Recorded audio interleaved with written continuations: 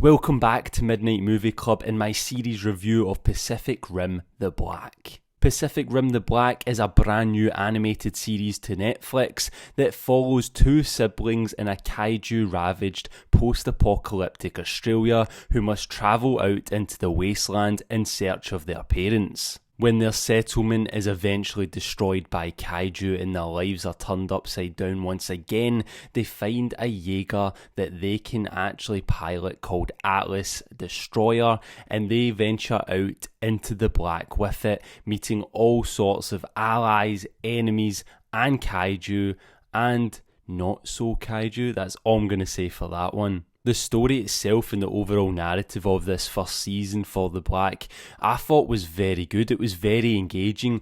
Instantly off the bat, I was invested in the characters and wanted to see them grow and wanted to see them venture out into this world and actually, own it and boss it and actually level up, that good old anime character arc of when they start super powerless, know nothing, super naive, and then right at the end, they become super badass. Now, obviously, this was just a first season, so we're never going to get those full, complete arcs or anything like that.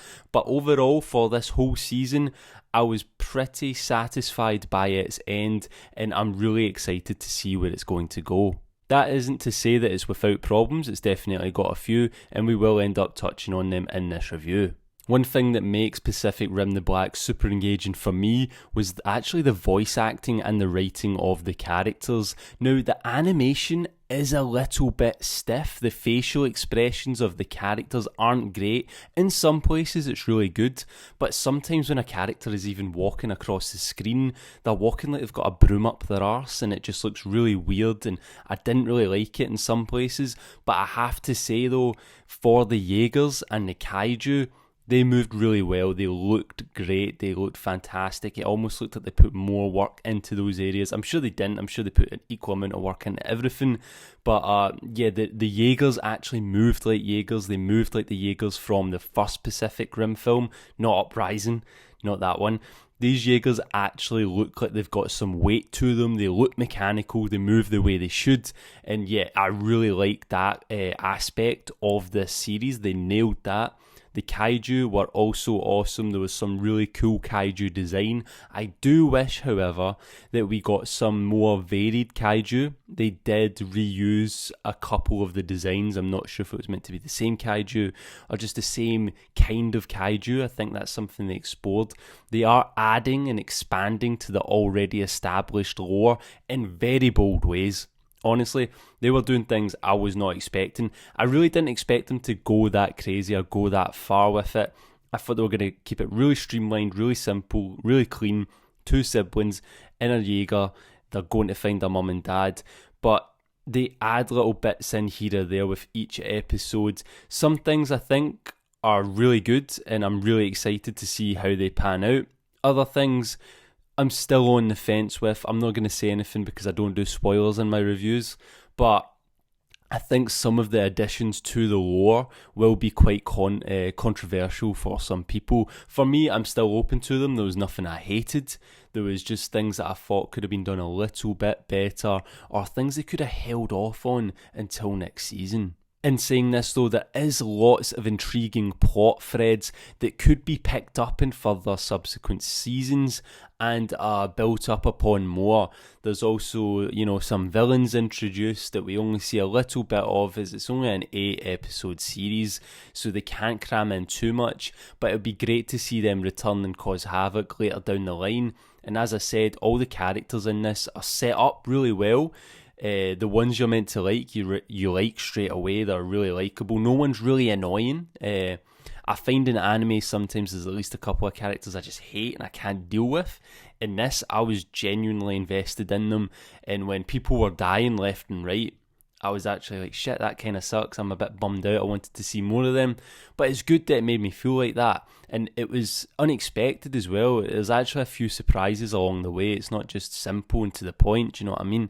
There will be things in here that do surprise you. And that's really cool because I just went into expecting cool animated Jaeger on Kaiju action. But there is a lot more than that. And there is a lot of character depth. There's lots of consequences for characters' actions. They're not like protected by the plot and they're not holier than now. The characters fuck up. They fuck up really bad, and when they fuck up, there is big, major consequences. In Pacific Rim: The Black is actually quite dark. I think I'd even argue to say that it's darker than the first film. To be honest with you, like, when things go to shit, they really go to shit, and they're really not afraid to pull any punches, and obviously hats off to them for that. And while we're mentioning the other films as well, they do reference the other films. It took me a little minute to figure out where in the timeline we were, but you can figure it out from what we are told at specific parts of the story. There's nice little nods and stuff here. And with it being set in Australia, it actually opens up with us seeing Striker Eureka, which is really cool. That was probably my favourite Jaeger from the first film. Obviously, Gypsy Danger's badass, but I just really liked the design of Striker. And yeah, it was cool to see them highlight that one since it was based in Australia.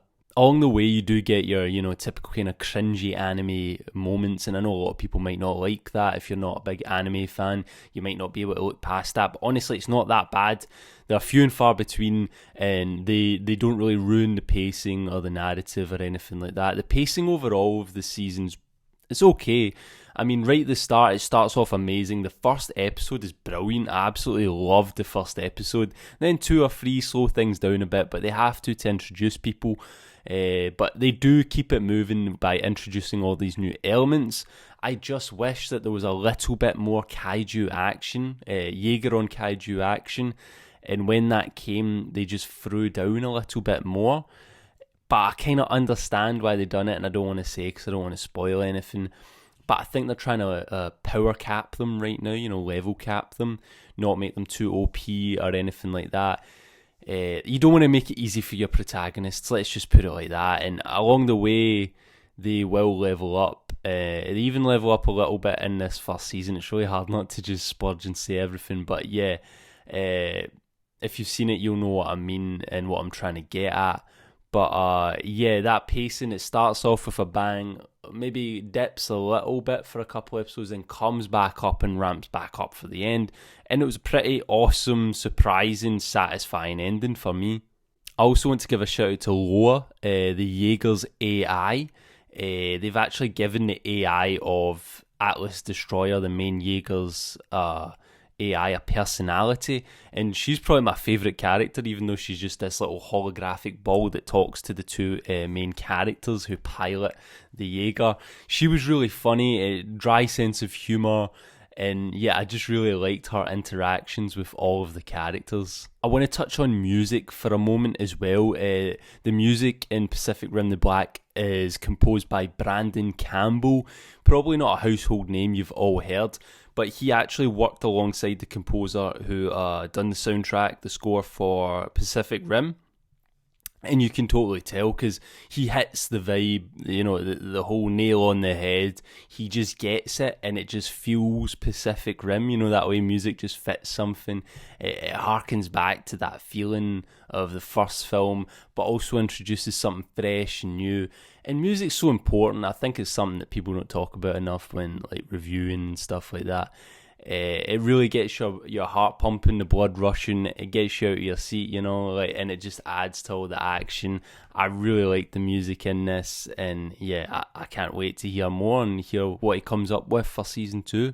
Just a little correction to something I said earlier. I noticed I said there wasn't a lot of kaiju, different types and stuff like that. And that is true. They used one kaiju called Copperhead a lot through the first season.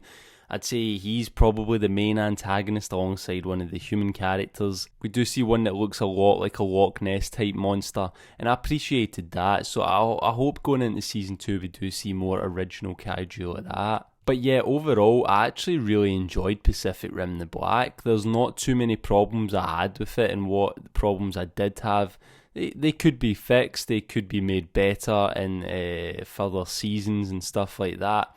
The animation, like I said, that's probably going to stay the same, but I can look past it. It doesn't bother me much. It's only when characters are walking and you're trying to get that emotion out of their face that it looks a bit stiff and a bit naff. But it was the same with Godzilla Planet of the Monsters and its 2 sequels, you know, Polygon animation. They do, I think, these big epic action set pieces really well, which are the most important parts, really. But maybe the kind of chiller character moments and stuff like that, I just don't feel like they get that done to the same standard. But that's only my personal preference, honestly. I'm someone who doesn't know that anything really about animation, hasn't watched a ton of anime in their life, honestly. I was just a Dragon Ball Z fan growing up, you know, Yu-Gi-Oh!, Pokemon, Digimon, you know, pretty standard stuff, Beyblades. So yeah, I wouldn't say I'm a diehard anime fan or anything like that. Watch some Bleach. Bleach is good. But yeah, I'm not probably the best person to review animation in that way. So don't take my word as the final word or anything like that. Pacific Rim the Black has a few problems, yeah, but overall I really enjoyed it and I want to see more. So with all that said and done, I'm going to give Pacific Rim the Black an 8 out of 10 rating. I'm really looking forward to seeing more from this one. When it ended, I was like shocked because I thought it was going to go for way longer. I thought there was more episodes and I was like, shit man, I could have just kept binging. But yeah, I'm really keen to hear from everyone down in the comment section down below. Let me know what you made of this. If you have watched it, if you haven't, are you going to go see it now? And once you do see it, come back and have a chat. If you enjoyed this review, leave it a like. If you haven't already, subscribe, all that good stuff. As always, thank you very much for watching and good night.